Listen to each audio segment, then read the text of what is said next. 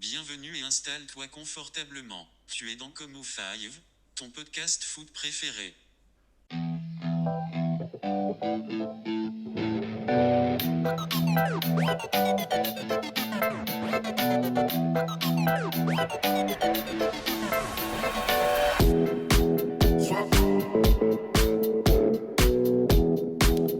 Salut à tous, bonsoir, bonjour, peu importe là où vous vous trouvez, bienvenue dans votre nouvel épisode de Como 5, le podcast dans lequel on parle de foot comme entre potes. Je suis très heureux pour vous servir et avec moi Yannick Nice. Salut à tous. Vous allez bien. On est parti pour un nouvel épisode, épisode 8. On continue sur notre petite lancée. Aujourd'hui, on va faire comme d'habitude le même programme que d'habitude. Un petit focus sur ce qui s'est passé en Ligue 1. On parlera rapidement de ce qui s'est passé dans les championnats européens, sachant qu'il y a eu des matchs de coupe en Angleterre et pas forcément, donc toutes les équipes n'ont pas forcément joué, en tout cas pour leur championnat. Pour leur championnat, ouais. Et on fera un petit focus qui va être intéressant, je pense, sur le poste de gardien de but, qui est un poste quand même très important dans le foot aujourd'hui. Donc voilà. On peut commencer par la Ligue 1 du coup. Il y a eu des choses intéressantes quand même. Ben, ça a été quand même un week-end mouvementé, agité dans le haut du tableau. Qu'est-ce qui s'est passé concrètement? On peut commencer par la victoire de Paris, une victoire très importante. Ah oui, parce qu'il y avait le PSG Lyon. Il y avait le Lyon PSG. Lyon PSG, ouais. Il y avait le Lyon PSG qui était le sommet de cette journée 30, qui s'est soldé donc par la victoire de Paris à Lyon, 4-2. Effectivement. Match très important de haut de tableau. Paris qui prend la tête du championnat du coup, à la différence de but. Ben, on va y arriver. Petit à petit, tu viendras à mon pronostic. Je vois ton petit sourire. Que j'avais donné. Ouais. Donc, Paris est en train de s'asseoir et de prendre, justement, je crois que c'est l'expression qu'a utilisée Mbappé après le match, c'était en train de reprendre notre place, notre première place, c'est comme ça qu'il l'a dit. Il est très confiant. Ouais. Donc, voilà, mais c'est l'ordre logique des choses. On a quand même... Lyon n'est pas la meilleure équipe après le PSG cette année, parce que Lille a quand même proposé pour moi... Lille et Monaco, je dirais. Après que Lille a quand même proposé plus de choses dans le contenu que Lyon, mais c'est quand même un bon indicateur et on voit la fameuse expression que j'utilise tout le temps, c'est quand le PSG met le bleu de chauffe, personne ne suit derrière. Et on sent justement qu'ils ont mis le bleu de chauffe là. C'est ce qui s'est passé. Et on sent qu'ils vont carburer jusqu'à la fin de la saison. Exactement, c'est exactement ce qui s'est passé. Et donc quand ils ont allumé, parce que je crois qu'il faut rappeler quand même qu'ils ont mené 4-0, le PSG a quand même mené 4-0, à la mi-temps il menait 2-0 déjà. Et donc après je pense que simplement ils ont lâché le match. Non, ils n'ont pas lâché le match, mais il y a forcément, tu sais, un petit relâchement. Le petit relâchement, pas forcément coupable, hein, ça peut arriver si tu sais que tu gagnes 4-0. Parce que, alors dans ce match-là, il y a eu le centième but d'Mbappé en Ligue 1. Ouais. Mais d'ailleurs, encore dans son débrief, il a dit, après son deuxième but, du coup, donc le 4-0, il dit j'étais content d'avoir marqué ce but-là, d'autant plus que c'est un beau but. Et de toutes les façons, je savais qu'on avait gagné le match. Donc effectivement, comme tu dis, c'est le petit relâchement. On mène 4-0 à la 50e minute, c'est bon, ils ne reviendront pas. Ouais. Donc c'est quand même un résultat plutôt logique sur ce qu'on a vu. Et j'ai vraiment l'impression que c'est peut-être un tournant du championnat. Là. Tu sais, quand Paris prend sa première place et file droit vers le titre, là, c'est chaud pour les autres, là, j'ai l'impression. Exactement. Lille a le même nombre de points, on va pas les enterrer non plus. Mais Lille a perdu à Nîmes. Mais Lyon, par contre, je les sens pas bien pour la fin de la saison, là. J'ai même l'impression qu'ils sont inférieurs à Monaco, si tu vois. Alors, bon, on va revenir à... Déjà, on va se mettre d'accord sur le pari que j'avais donné. Ouais, on le rappelle. Est-ce que tu changes d'avis ou pas? Je suis obligé de rester dessus, tu vois. Je suis obligé de rester un peu sur mon truc. Je crois encore en Lille, tu vois. Ok. Mais je suis beaucoup moins confiant qu'avant. Je vois Paris... En fait, mon motif d'espoir pour mon pari, c'est que Paris perde de l'énergie en Ligue des Champions, tu vois. Okay. Et lâche des points. Ils ont un gros calendrier qui les attend. Ouais. Donc, tu vois, ils peuvent perdre des points. Mais je sens en tout cas qu'ils sont dans une meilleure dynamique qu'avant. Même quand ils n'étaient pas bien, tu vois, on se dit, Paris, ils sont nuls, ils sont quand même là, tu vois. Mais c'est parce que, bon, c'est mon avis, c'est ce que j'avais déjà dit, dont on avait parlé la dernière fois, c'est que le PSG a une qualité que n'a aucune autre équipe, ça on ne peut pas le discuter, même si défensivement, il y a beaucoup de boulot, il y a des choses à revoir. Et pour finir et rebondir un peu sur ce que tu disais tout à l'heure, pour moi ça va se jouer dès le week-end prochain, enfin la prochaine journée de Ligue 1, parce qu'on est à la trêve internationale là. Ouais. On a droit à 2 semaines de trêve, ce qui est jamais très intéressant, j'aime pas trop ça moi. Euh, donc du coup on a PSG Lille qui va être le match, l'affiche de la prochaine journée. Donc ça va être là pour moi le coup près. Ça Et peut être une sorte de finale avant l'heure. avant l'heure, Ouais. exactement. Et donc, par rapport à Lyon-Monaco, moi, Monaco, je reste sur ce que je dis. C'est une très belle équipe qui est capable de gros coups d'éclat contre tout le monde. Ils ont claqué un 4-0 ce week-end face à Saint-Etienne, qui n'est pas la meilleure équipe du championnat, mais qui, quand même, voilà, ça reste quand même Saint-Etienne. C'est pas exceptionnel dans ce que ça propose, mais comment je veux dire, c'est un bel écusson à battre et à qui on met un 4-0, quoi. Et donc, Lyon. Et je suis d'accord avec toi, commence un peu à montrer des signes de faiblesse, commence peut-être un peu à lâcher les armes. Il faut jamais non plus les enterrer. On les connaît, les Lyonnais, on sait qu'ils sont capables de faire des gros rushs de fin de saison. C'est une équipe quand même qui est calibrée pour aller chercher ce genre de prestations. Ouais, tout à fait. Mais effectivement, Lyon est un peu en dessous. Je ne dirais pas que Monaco leur passera devant, Mais en pour tout moi, cas, ils doivent avoir, tu vois, ils doivent regarder derrière. exactement, ils doivent faire attention. Ils doivent faire attention, ils doivent arrêter de peut-être regarder trop devant, il faut regarder derrière aussi. C'est ça. La 4e place n'est pas qualificative pour la Ligue des Champions. Mm. Donc voilà, il faut qu'ils fassent attention. Exactement. Et Lille, je pense que, bon, on va parler très rapidement de leur match. Hein. Ils ont perdu contre toute attente face à Nîmes. Exactement. Nîmes qui était 19e, Ouais, je c'est crois, ça. avant le match. En tout cas, ils étaient dans les places de relégation. C'est ça, ils ont tout donné. On sent qu'ils jouent le maintien, ça c'est pas un souci. C'est un accident, mais c'était pas le moment, tu vois. Pour Lille, pour aller Mais- chercher le titre, c'est pas le moment. Mais si on se rappelle bien d'un peu les Ouais. épisodes précédents qu'on a fait, Ouais. je me rappelle que Lille avait galéré contre Strasbourg. Ça galère. Lille avait galéré contre Monaco. Là, aujourd'hui, ils perdent 3 points face à Nîmes. Ça galère, ouais. Donc voilà, j'ai pas envie de dire que ça leur pendait au nez, mais on sait, et enfin moi je suis persuadé de ça, c'est une équipe qui va quand même avoir du mal sur le long terme. C'est pas une équipe qui est calibrée pour jouer et rivaliser avec le PSG. Et encore une fois, quand le PSG allume, derrière il y a très peu de monde qui peut suivre de façon aisée, quoi, tout simplement. Mais dans le même regard de ce match-là, c'est bien parce que ça nous fait faire la liaison entre le haut tableau et le bas de tableau. Ouais, Lille perd 3 points qui sont quand même précieux. de ouf. Mais Nîmes engrange 3 points qui sont quand même très importants pour leur bataille du bas de tableau. Ouais, ils sortent de la zone. Ils sont barragistes. Hein. Exactement. Mais dans le même week-end, on avait un Lorient-Nantes qui, après la victoire de Nantes au PSG, sur lequel les Nantais auraient pu capitaliser pour essayer de s'en sortir et de remonter un peu au tableau. Et on a eu un match nul entre Nantes et Lorient. D'ailleurs, il y a eu un magnifique coup franc. Du jeune qui a été Ça- pris en espoir Lorienté, je crois juste qu'il derrière, ouais. L'Orienté, De ouais. Lorienté, Ah, ouais. de Lorienté, ouais. Lorienté qui joue à Lorient. C'est drôle, ça. Mais son coup franc était magnifique par contre. Magnifique coup franc, sincèrement. Donc, C'est donc- plus de 35 mètres. Hein, c'est- ah ouais, de visu comme ça, ouais, je dirais un petit peu plus de 35 mètres. En plus, il est pas vraiment dans l'axe, il est légèrement décalé sur la gauche. T'as l'impression quand elle part la frappe qu'elle va finir dans les tribunes et finalement au Et dernier moment, elle une frappe un retombe peu dans la lucarne. Juninho-esque. Exactement, ouais, c'est ça. Elle retombe exactement dans la lucarne, c'est-à-dire que le gardien il est complètement pris au dépourvu parce que même quand tu es dans le stade, tu t'imagines pas ce qu'elle finisse là, quoi.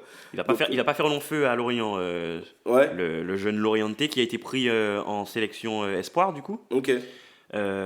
qui est sur une très bonne forme. Il a mis 2 coups francs, je crois, hein, sur les 3 derniers matchs. D'accord, j'avais pas, ça m'a fait le lien. Il en a mis un d'un peu plus près. Ok. Mais, Ah mais la frappe était très très belle. Franchement, il- tu sens déjà quand il prend le regard et tout. Bon après c'est facile de le dire après Ouais. une fois qu'il l'a mis, mais il avait le regard concentré, il avait le. Ah je me suis dit ça. Chapeau, très beau but. Donc voilà, on avait Nîmes qui prend justement donc 3 points face à Lille. Nantes et Lorient qui se tirent encore dans les pattes un chacun parce que ça fait un match nul et personne ne prend vraiment l'avantage. Et bon là on n'est pas. Oui, vas-y. Je sais que tu vas rebondir sur Marseille du coup. C'est ce que j'allais dire. Là on n'est pas dans le bas de tableau, mais. Ouais, on n'est pas dans le bas de tableau. Mais c'est chaud, là. Quoique Nice, ils étaient pas très bien. Hein. Enfin, Non, c'est le ventre mou, là. Ça va, ouais. C'est le ventre mou, comme on dit. Bon, on n'aura pas forcément d'enseignement à tirer de ce match. Hein. C'est la première défaite de Sampaoli après 2 victoires. Ouais. Marseille qui perd quand même 3 points précieux, hein, parce qu'ils sont en mission pour aller chercher la 5e place, du coup. Mhm. Et là, ils se retrouvent 6e à 3 points donc, de Lens. Bon, accident de parcours pour des débuts prometteurs de Sampaoli. Ouais. 3-0, c'est quand même une lourde défaite. Hein. Nice n'a pas volé sa victoire. Après, Gros match de Gouiri d'ailleurs. Ouais, Marseille met 2 frappes cadrées dans le match. Ouais, c'est Euh, victoire Victoire logique de Nice. Ouais. Donc après, Nice aussi, quand on regarde concrètement sur le papier au niveau de la compo, c'est une équipe qui a de la qualité quand même. Moi, je trouve que c'est un peu dommage que cette équipe-là soit à cette place-là. Hum. C'est un effectif qui est quand même propre. C'est quand même une équipe qui a de la qualité. Ils ont notamment Dolberg, Dolberg, ouais. On Gouiri a dont Gouiri dont tu maintenant. parles. Ils ont réussi à récupérer. Ils ont Claude Maurice aussi. Ils ont Claude Maurice, ils ont Schneiderlin. Ouais, Je pense que pour la Liga, c'est quand même une équipe qui est quand même bien en place, quoi. Donc, En tout cas, qui vaut mieux que la 11e place qu'ils exactement, affichent aujourd'hui. exactement. Donc il faut qu'ils fassent attention, il faut qu'ils fassent gaffe. Marseille doit aussi, bon, on est un peu dans, on va dire, les premiers mois de Sampaoli, donc il est un peu dans, on lui pardonne un peu tout parce que on sait Oui, que, voilà, comme j'ai dit, pas forcément d'enseignement à tirer de ce match, tu vois. Il est encore en adaptation, il est arrivé à la fin de la saison pour déjà préparer la suivante. ouais, mais il faut pas, comme je disais dans le Faut pas non podcast plus. précédent, dans l'épisode précédent, faut pas qu'on tombe dans le aucun résultat, aucune envie. On s'en fiche, ouais, faut pas, ouais. C'est ça, voilà. Donc Ouais. il faut quand même que Marseille garde un peu la tête haute. Mais voilà. Concernant la Ligue 1, je pense qu'on a fait le tour, les gars. Ouais, On est pas mal. on a parlé du gros là, donc On on peut a passer un petit peu à l'Europe, là. Qu'est-ce qui s'est passé ce week-end, notamment en Première Ligue, là? Alors en première ligue, on a eu un match nul spectaculaire entre Arsenal et West Ham. Incroyable. Incroyable. Incroyable. Incroyable. C'était vraiment un super match. Je t'avoue que j'ai pas trop compris la première mi-temps d'Arsenal là comme ça, à prendre des buts. C'était compliqué. On connaît Ouais, leur- ils ont pris 3 buts en 30 minutes. À Voilà. 32e minute, ouais, c'est ça. 32e minute, il y avait 3-0. Ouais, avec un bon Lingard. Incroyable, hein, sincèrement. Franchement, il fait plaisir Lingard. C'est. Comment je peux dire ça? Le foot, c'est pas que c'est pas que dans les jambes. Ouais, C'est- c'est vrai que Il y a un gros aspect psychologique. il me semble que tu m'avais dit qu'il était pas très bien Il ce n'était mec. pas très bien. Ouais. C'est un gamin qui a fait toutes les classes chez Toutes ces United. classes à United, Le ouais. club l'adore. Il voyait, je pense, moi c'est un peu ça que j'en tire un peu comme conclusion. C'est peut-être qu'il se disait qu'il n'arrivait pas à Toi, tu la l'aimes hauteur bien. des standards. Ouais, parce que malgré tout, je l'aime beaucoup. Mais malgré tout, voilà, on était conscient de ses limites à un moment donné. Ça marchait pas. Il y avait quelque chose qui clochait. Donc on avait évoqué dans des précédents podcasts aussi, il a eu des problèmes perso. Ouais. Mais c'est un gamin qui a de la qualité quand. Alors peut-être que comme on disait un peu avec Odegaard, peut-être que son niveau est peut-être un peu en dessous, je sais pas, un peu encore en dessous de United, parce qu'aujourd'hui ça marche très bien avec West Ham, et on voit que les gens le cherchent aussi dans le jeu, on voit que donc ça joue un peu plus pour lui aussi. Donc il arrive à se sortir, j'ai vu qu'il avait perdu un peu de poids, c'est bien, c'est Ouais, un ouais, peu c'est plus vrai qu'il a l'air affiné. plus fit, il a l'air Et, plus fit. et Ouais, mine de rien, il est quand même sélectionné avec la sélection anglaise. Ouais, bah, c'est un joueur international, Donc, faut pas oublier. Il a été rappelé Il était là. rappelé. Ah, c'est intéressant Donc, ça. donc Ça montre que c'est un joueur de qualité. c'est ça. Et donc Arsenal, après avoir pris ses 3 buts, a commencé à se réveiller et a fini par arracher le match nul avec 2 jolis buts de Lacazette. Exactement. Voilà. Donc voilà. Arsenal, comme d'habitude, fébrile défensivement, mais qui réussit à revenir. C'était un motif de satisfaction du coup pour le coach. Oui, parce que qui a voulu rester ça montre du positif, ça montre du caractère, voilà. ça montre une envie, ça montre que le collectif a quand même, que c'est ce qu'on disait aussi, c'est que ça se construit aussi dans les moments difficiles. Je pense qu'ils ont traversé un peu, ils ont pris l'eau tous ensemble au milieu de la saison. Là, ils ont envie peut-être de finir en boulet de canon. Lacazette, moi, m'a impressionné, notamment sur la tête. Là, Très grande qu'il a forme, mis. très grande Donc, forme Lacazette. donc voilà, Odegaard, j'ai commencé un petit peu à regarder aussi, parce qu'on en a parlé dans l'épisode Il est précédent. bon, hein, il est bon. Il est pas mal, justement, bon. c'était les deux, et même les commentateurs l'ont dit à un moment donné, c'est les deux côtés, c'était Lingard d'un côté ou Odegaard de l'autre, Ouais. qui faisait un peu jouer, qui faisait. Donc c'était pas trop mal. Donc voilà, c'est à surveiller Odegaard pour la suite, hein, pourquoi pas. Arsenal, ça peut faire du bien, quoi. Ouais, et donc hormis ce match du coup. Rien de bien exceptionnel, il y avait eu un Brighton Newcastle. Brighton Ouais. a gagné 3-0 et Leeds qui a gagné à Fulham 2-1. Concrètement. Parce qu'il y a eu la coupe également. Exactement. Ah oui, il y a eu un match en retard d'Arsenal, de Tottenham pardon, qui a été joué. On a eu un Tottenham Aston Villa où Tottenham a gagné 2-0. Ouais, Euh, tout à fait. donc voilà, c'est un but de Harry Kane notamment et un but de Carlos Vinicius qui a fait que Tottenham remporte les 3 points. Au niveau du classement, c'est un peu compliqué. On a City, on a City, Toujours évidemment. aussi loin, mais ça c'est avéré. Très très loin. Le deuxième et le troisième n'ont pas joué, donc City et United, parce qu'il y avait un United et Leicester, pardon. Parce qu'ils se sont affrontés Ils se justement. sont affrontés en coupe. Ah ouais. Et Leicester a emporté et donc a éliminé United de la FA Cup. Gros match de Igalo. Pas Igalo, pardon. Iheanacho. Iheanacho. Ouais, gros match d'Iheanacho. Ouais. Mais lui, ça fait un petit moment qu'il est en forme. Hein, là. Il commence un peu à montrer de très belles choses. Leicester, encore une fois, prouve que c'est une équipe qui mérite sa place dans ce top, dans ce Big Six. Ouais, comme comme on en parlait la semaine dernière. la semaine dernière, ouais, ils sont dans le Big Six, c'est pas Arsenal, quoi. Exactement, et il le confirme. Donc, après, Solskjaer avait fait un peu de rotation dans l'effectif, même s'il n'y avait rien de gravissime dans les changements. Hein. C'est-à-dire qu'on retrouvait un Pogba, on retrouvait Martial. Ouais. Donc voilà, il a un peu fait tourner, fait réintégrer un peu de sang neuf dans l'équipe. Ça n'a pas pris. Voilà, Fred, j'en suis pas fan, mais bon, on va pas s'étaler là-dessus. Tout ça pour dire que voilà, la première ligue, il n'y a rien d'exceptionnel qui s'est passé ce week-end, à part cette belle remontée d'Arsenal, quoi. Ouais, Tout simplement. c'est ça. On peut passer ensuite à la Serie A, du coup. Oui. Où là, il y a eu. Tout à fait. Où là, il y a eu quand même un petit événement où la Juve a perdu. Alors la Juve a perdu. Événement, je sais pas si on peut appeler ça comme ça, parce que quand même, on a toujours dit c'est contre Benevento quand même.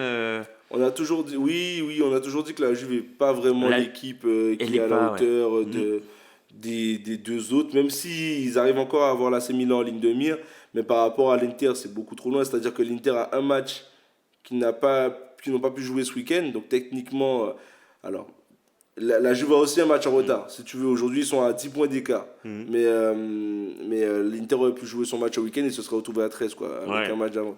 Bref, donc les matchs joués ne sont pas des matchs gagnés, il faut toujours le rappeler, c'est important. Donc effectivement, on a 10 points d'écart entre l'Inter et la Juve. Donc ouais. Et la Juve qui perd contre Benevento, effectivement. Donc l'écart, c'est un peu dur quand même. Là, la Juve, là... Je ne sais pas si Pirlo pourra rester longtemps sur le banc si ça continue comme ça. Éliminé de la Ligue des Champions, on le rappelle. Exactement. Quand même, bon, on peut pas gagner le titre tous les ans non plus. Hein, non, mais c'est ça. Et puis c'est bien, ça ramène de la compétition, ça ramène de l'émulation, ça fait que le championnat prend un peu plus de dimension, un peu notre regard. Donc il faut juste par contre que la Juve fasse gaffe à ne pas descendre en dessous de la 3e place, parce que l'Atalanta, ayant son nombre de matchs à 28, enfin ayant joué 28 matchs, est au même nombre de points que la Juventus. Donc la Juventus n'a pas joué son match en retard, il lui manque un match. Et Naples n'est pas très loin derrière en plus. Exactement. Avec 27 matchs joués. Exactement. Donc Naples a le même nombre de matchs joués que la Juve et il se retrouve quand même à 2 points. 2 points. Ouais, donc la Juve peut très très mal finir cette saison s'ils font pas gaffe, quoi. Ouais. Et ça ferait tâche de finir en dessous de la 3e place en Serie A quand t'as Ronaldo dans ton effectif. Ouais, c'est assez compliqué. C'est pas facile.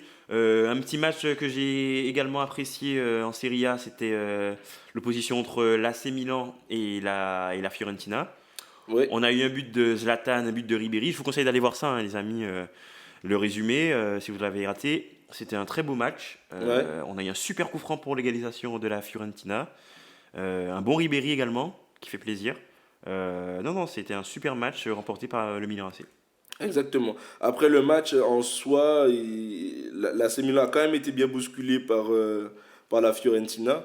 Et puis Çalhanoğlu, en ce moment, j'ai l'impression qu'il est un petit peu en forme. Là. Il a un momentum, là, j'ai l'impression. Donc, il fait du bien à cette équipe de l'AC Milan. Voilà, il faut qu'il continue comme ça. Après, je pense que pour le titre, c'est trop tard et que c'est déjà joué, quoi, tout simplement. Ah, tu penses ? Oui, je pense que l'Inter sera champion. Et puis il n'y a pas à chipoter. Ouais, ce serait le sens logique de l'histoire. Ils sont sur 5 victoires dans leurs 5 derniers matchs de championnat. Voilà, t'as l'impression qu'ils sont programmés pour. Là. Et mine de rien, c'est un peu ce qu'on dit quand même depuis 2 semaines. Oui, bien sûr. On n'en doute pas, bien sûr. Exactement. Pour passer à la Liga, donc on a eu l'Atlético qui continue son bonhomme de chemin, qui engrange sa petite victoire. Ouais, les trois premières équipes du championnat qui gagnent. Exactement. Et Séville qui est en 4e position, qui fait match nul.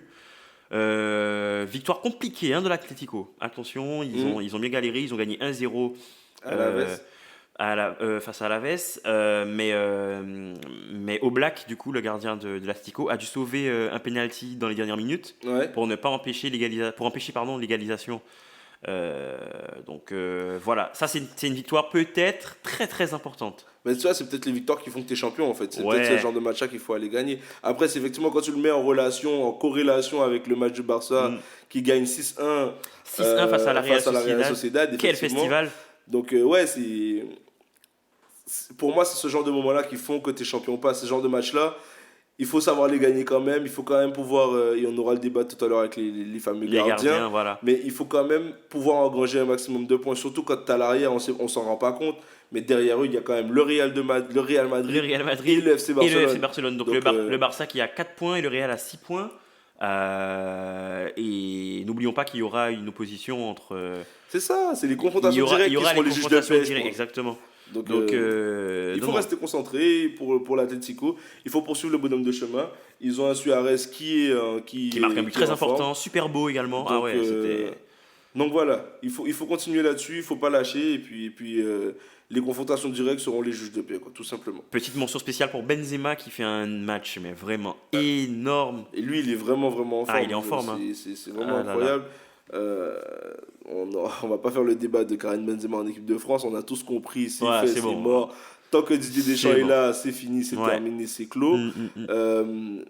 Mais c'est dommage, encore une fois, de passer à côté d'un talent comme ça dans sa sélection, quoi.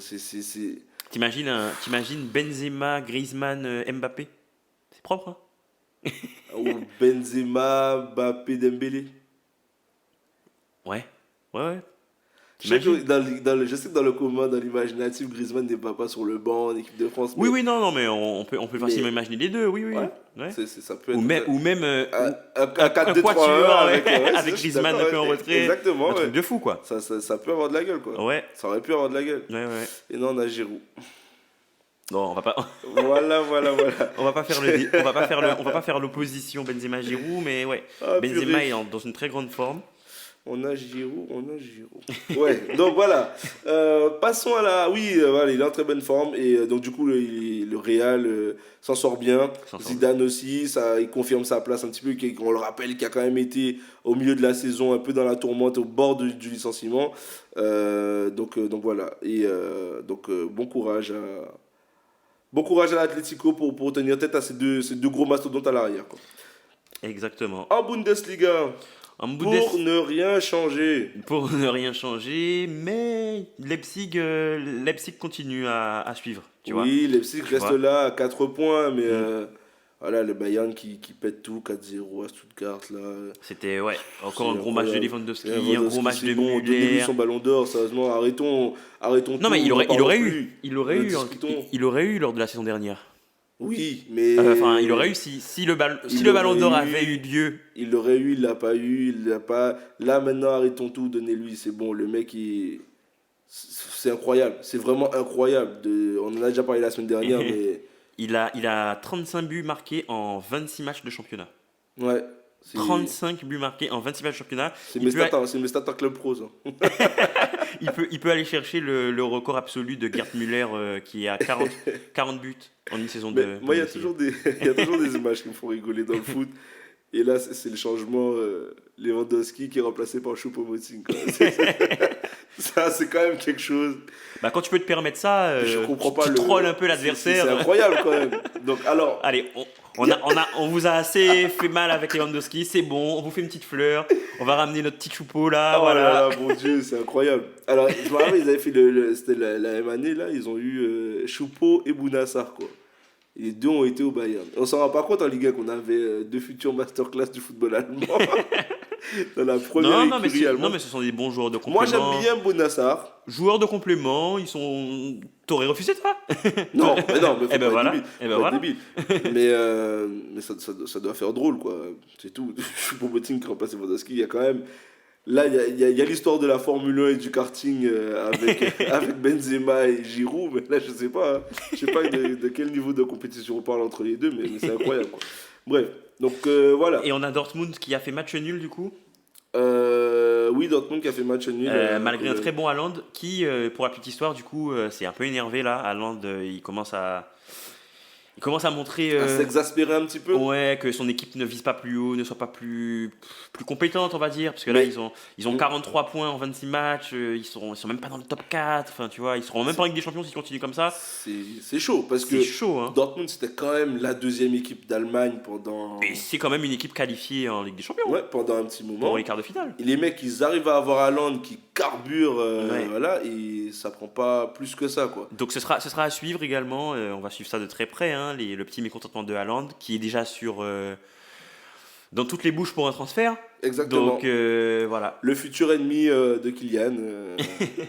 Ennemi ou ami, on sait pas où On ce que sait le pas, foot peut nous hein. réserver. Bon, ça me paraît compliqué avec les temps du Covid de faire un double transfert de cette dimension. Je pense que le Real devra choisir entre les deux. En tout cas pour le prochain mercato, hein.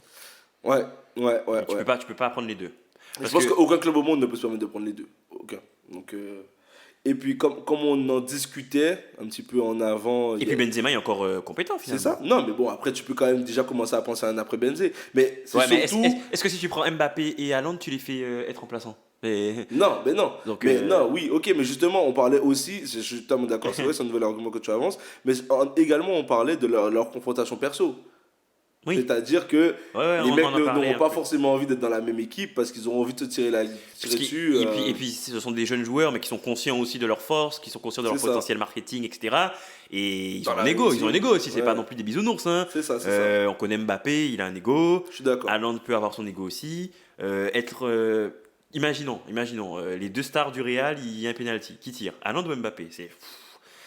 Je pense pour eux, même Ouais, sans, même- sans aller jusque-là, mais même, c'est vrai même que. pour eux, c'est mieux vaut être les. Ben oui, parce que si vraiment, véritablement, tu veux rentrer dans le délire imaginatif des journalistes et de l'expectative du commun, des gens qui suivent le foot, de la nouvelle confrontation, remplaçant Messi, Ronaldo par Alain Mbappé, Ouais, tu peux pas la mener dans le même club, ouais, cette c'est ça. confrontation. C'est pas possible, c'est pas acceptable. Donc, sachant que tous les deux, ces mecs-là, quand tu écoutes leur discours, ils sont là pour marquer l'histoire, marquer leur sport, marquer leur génération. Pour moi, c'est pas compatible de faire ça dans la même équipe. Ils peuvent pas tous les deux être dans la même équipe pour arriver à ça. Donc voilà. On verra, le mercato serait intéressant aussi à suivre, hein. Ne Incroyable. vous inquiétez pas, on sera là également pour vous en parler, ça va être intéressant. On va en parler parce que je pense qu'en plus cette année dans les mercatos, on aura Surtout- droit à beaucoup de malice, beaucoup d'intelligence parce qu'il n'y a pas forcément beaucoup de fonds Ouais, qui beaucoup va d'argent, circuler. ouais. Donc on aura droit à des transferts, des doubles transferts, voilà. Franchement, voilà. Ça va être à suivre. Ça va vraiment être à suivre. D'accord. On va enchaîner sur notre petit focus du jour. Et je sais que alors tu m'as amené le sujet, moi j'ai trouvé ça très intéressant parce que Ouais. c'est un sujet dont j'ai toujours voulu parler. Et donc, concrètement, ce que c'est, dis-nous tout et où tu veux nous emmener. Là. Ouais, bon, on en a parlé un petit peu du coup, et même lors de précédents podcasts, on avait dit qu'on devait faire ce débat. En fait, j'ai remarqué ce week-end du coup qu'il y avait pas mal d'événements ces derniers temps avec les gardiens. Avec les gardiens, par exemple, on a vu Navas en Ligue des Champions qui a été prépondérant pour Paris, par exemple. Ouais, ça, qui, c'est qui vrai. est très en forme, qui ramène des points, qui fait des arrêts Au match exceptionnels. retour, là, Au match surtout. retour, Oh là là. oh là là, sans Navas, tu fais quoi? Ouais. Sans Navas, t'as une remontada à 2. On va pas se mentir. On va pas se se cacher. mentir, tu vois. On a Lopez, par exemple, hier, qui, contre Paris, fait un mauvais match. Il prend un but d'Mbappé entre ses jambes. Il prend un coup franc à 35 mètres qui est un centre à la base. Il juge mal la trajectoire. Il prend, tu vois. Ouais, ça c'est un classique un peu quand même. Un Ouais, petit peu, mais bon, tu vois. Oui, je vois. Au-delà de ce Il est match, pas, au-delà de ce match, Lopez, il est pas dans une grande forme. Il est pas dans une grande forme et ça discute beaucoup de lui à Lyon. On a eu quoi également même ce week-end, on a eu Oblak, on vient d'en parler, Ouais, qui arrête un penalty, qui sauve son club, qui sauve son équipe là. On a l'exemple du Monaco-Lille où Maignan fait sort un l'arrêt de la arrêt. 90e, 91e Ah ouais. minute face à Jovetic, Ah ouais, qui leur permet de faire un match nul et de ne pas perdre 2 points. tu vois. Du coup, on vous laisse poser la question avec vous, les amis. Est-ce que finalement, discuter en fait de l'importance des gardiens, l'importance d'un gardien. Parfois, on se dit, wow, c'est pas de sa faute, c'est pas le gardien, c'est bon, c'est l'équipe. Tu sais, même quand tu fais du foot plus jeune, c'est bon, c'est de la faute de l'équipe, c'est pas le gardien. Ouais, tu vois. je vois. Tu vois. Est-ce que finalement, pour aller chercher un titre, pour se dépasser, est-ce qu'il faut un grand gardien pour une grande équipe en fait? Alors, moi, je suis de cet avis-là. Je pense que de toutes les façons, comme à tous les postes, il faut que tu aies la meilleure qualité possible pour avoir le meilleur résultat possible. À partir de là, on est d'accord. Oui, bien sûr. Une fois qu'on a sorti ça, il faut quand même qu'on aille plus loin dans le débat parce que ouais. sinon, ça n'a pas de logique. Ouais. Il faut que je dise oui, il faut que tu aies un meilleur gardien. Ouais. On a compris.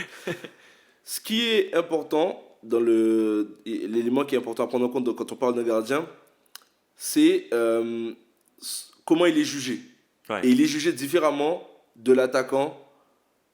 Et un peu pareil avec le défenseur, mais le défenseur a encore plus de chances de bien se faire voir. En gros, ce que je veux dire, c'est qu'un gardien dans un match, il fait 3 arrêts, il fait une boulette, c'est tout ce qu'on retient.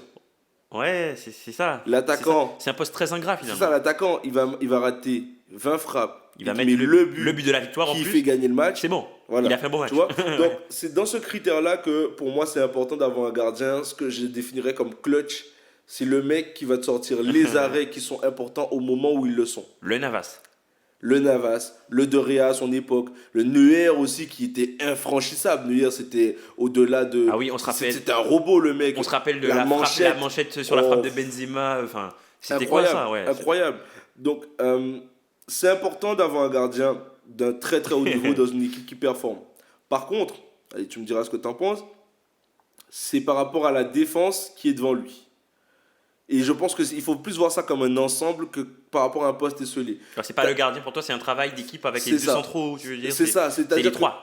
C'est ça, c'est-à-dire que ta défense, elle prend l'eau.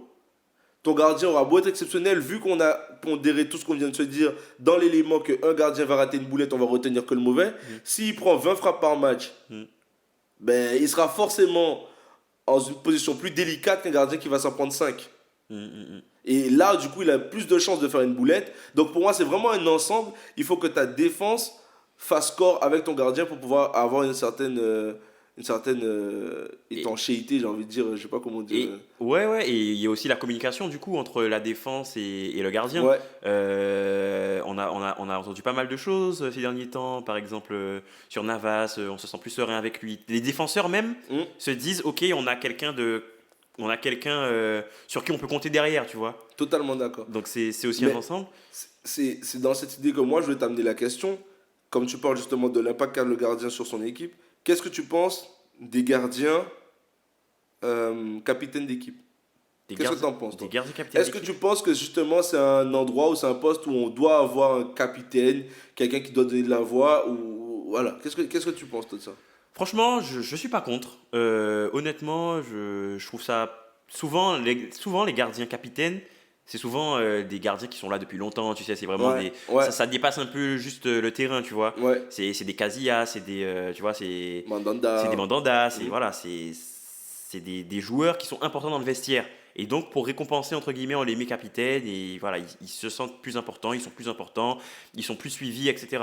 C'est vrai que ça me rappelle aussi. Finalement pour moi, excuse-moi de te couper, non, mais non, vas-y. Finalement le poste le titre de capitaine, au final, c'est pas quelque chose, tu vois.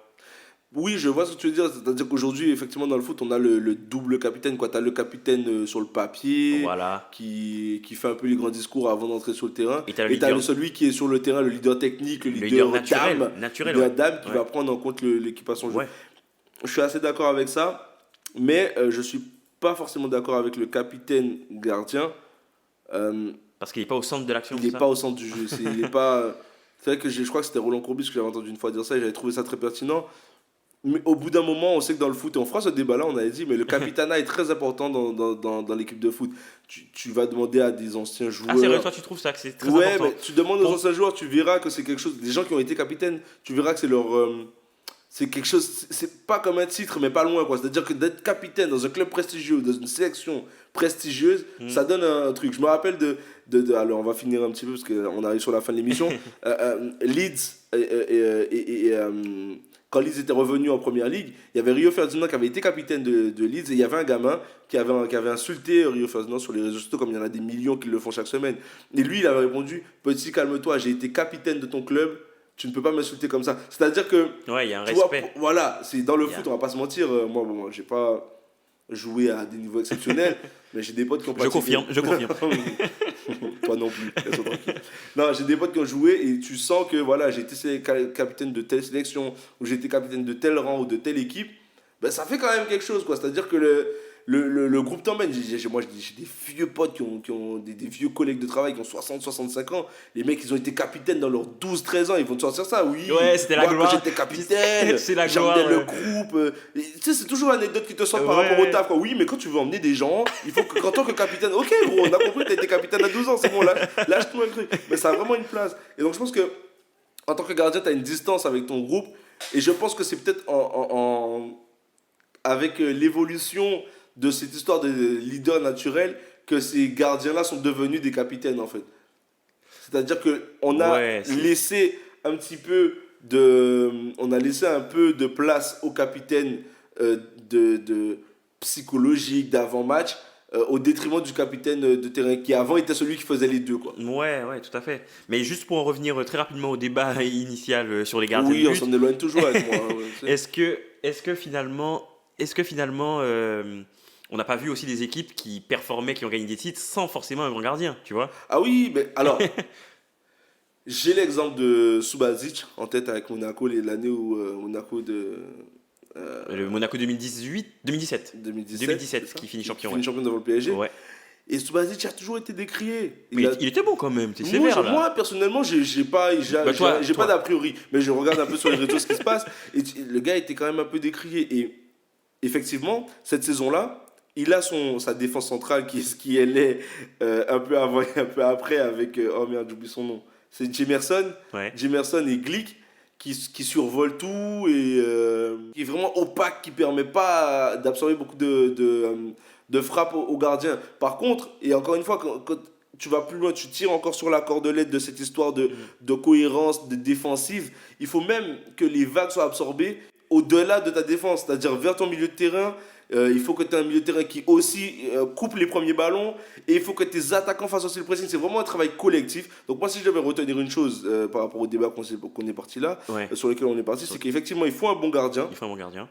comme tout bon joueur à tout poste. Mais Par contre, ce qui est important d'avoir, c'est une cohésion d'équipe défensive, un corps qui te permet d'absorber les offensives adverses. Parce que si tu laisses un bon gardien seul dans une équipe marasme, de merde, ouais. ben, il va finir par prendre 30 buts. Quoi. Voilà. Bon. Donc, donne-moi ta conclusion. Mais, ouais, c'est cohérent ce que tu dis. Hein. Franchement, j'arrive pas à trancher, tu vois, dans le vif pour cette question. C'est toujours un peu une question. nuancé, quoi. Ouais, c'est un équilibre à trouver entre la défense et le gardien.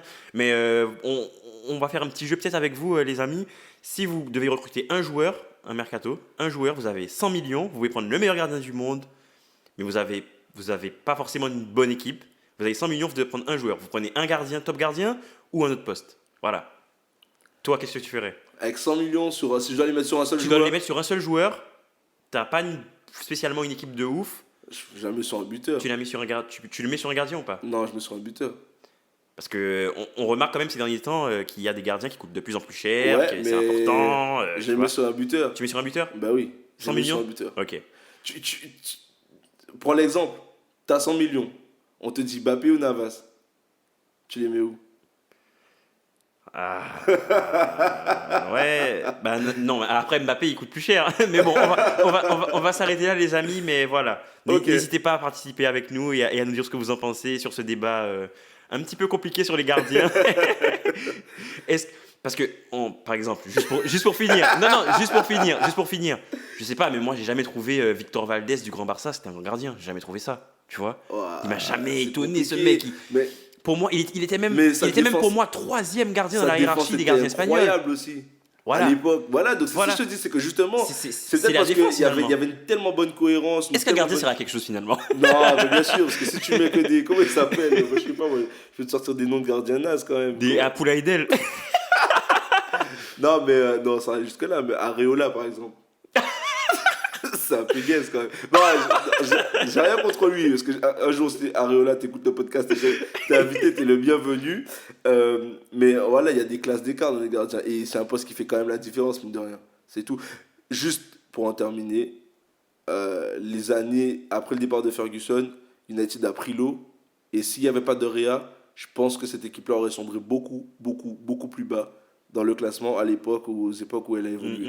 Donc effectivement, ça fait pas tout, mais c'est un élément ultra important sur lequel tu ne peux pas négliger. Et d'ailleurs, pour terminer, on n'a qu'à le voir, on dit ça depuis tout à l'heure, mais c'est un débat passionnant, on n'a qu'à le voir avec les équipes qui ont du mal à gérer leur double gardien en fait. Des gardiens avec des niveaux un petit peu trop équivalents. On en a déjà parlé Ouais, on en a parlé un petit peu, ouais. Tu vois que c'est un poste qui, dès que psychologiquement on est touché, l'équipe va en pâtir au bout d'un moment ou à un autre. Parce que les gardiens vont se marcher sur les pieds et les résultats vont faire que. Donc il te faut un bon gardien, mais en plus qu'il soit dans de bonnes conditions psychologiques et que tu aies une bonne cohésion avec le reste de l'équipe pour essayer d'absorber les vagues les vagues offensives de ton adversaire.